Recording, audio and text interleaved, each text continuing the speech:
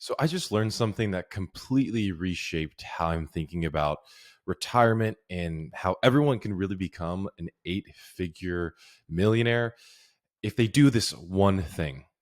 If you're a W-2 employee, you either need to figure out a way to become 1099, which is really self-employed, or to actually have a business where you can be self-employed.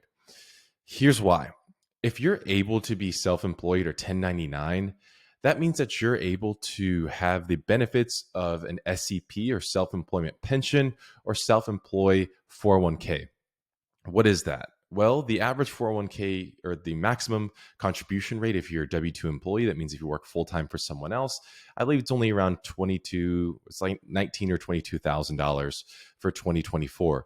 But if you're self-employed, you can contribute up to $66,000 per year. That means that if you have a business but you made no more than 50 or $100,000, but you're able to take $5,500 pre-tax away from the business to put it into your 401k, self-employment 401k or self-employment pension, then it would equate to huge numbers later on. That means that any one of you could become a millionaire, eight-figure or potentially nine-figure millionaire if you start early enough.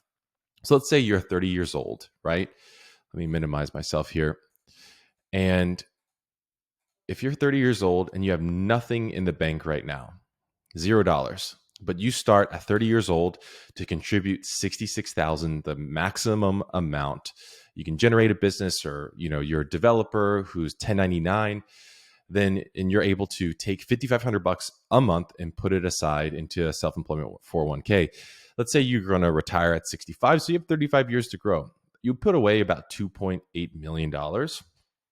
If you got an 8% return, which the average S&P has been around, or index funds have been around 10% every year. But let's say conservatively you're at 8%. You would have $11.3 million at retirement.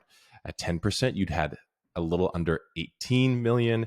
And let's say we have really good years over the next 35 years, you would have 28 million in your retirement account if you could do this one thing.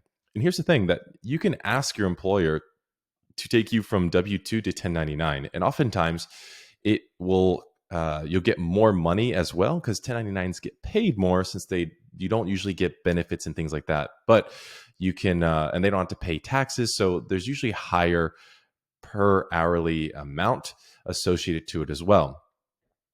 But here's the crazy thing. If you start when you're 20 and you have 45 years to grow, and you only get 8% returns, you have 25 million in your account to close to $100 million in your account. I don't know how more people aren't talking about this, because this is the greatest wealth opportunity for anyone to potentially go from a W-2 to 1099, do the same thing, but just have enough margin to put away $5,500 a month. It would equate to huge returns in the long run, where every single one of us, if we were to do that, were to become millionaires in our lifetime.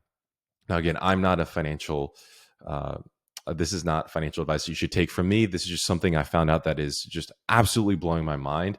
And I hope that you consider at least talking to your financial institution about exploring this option more.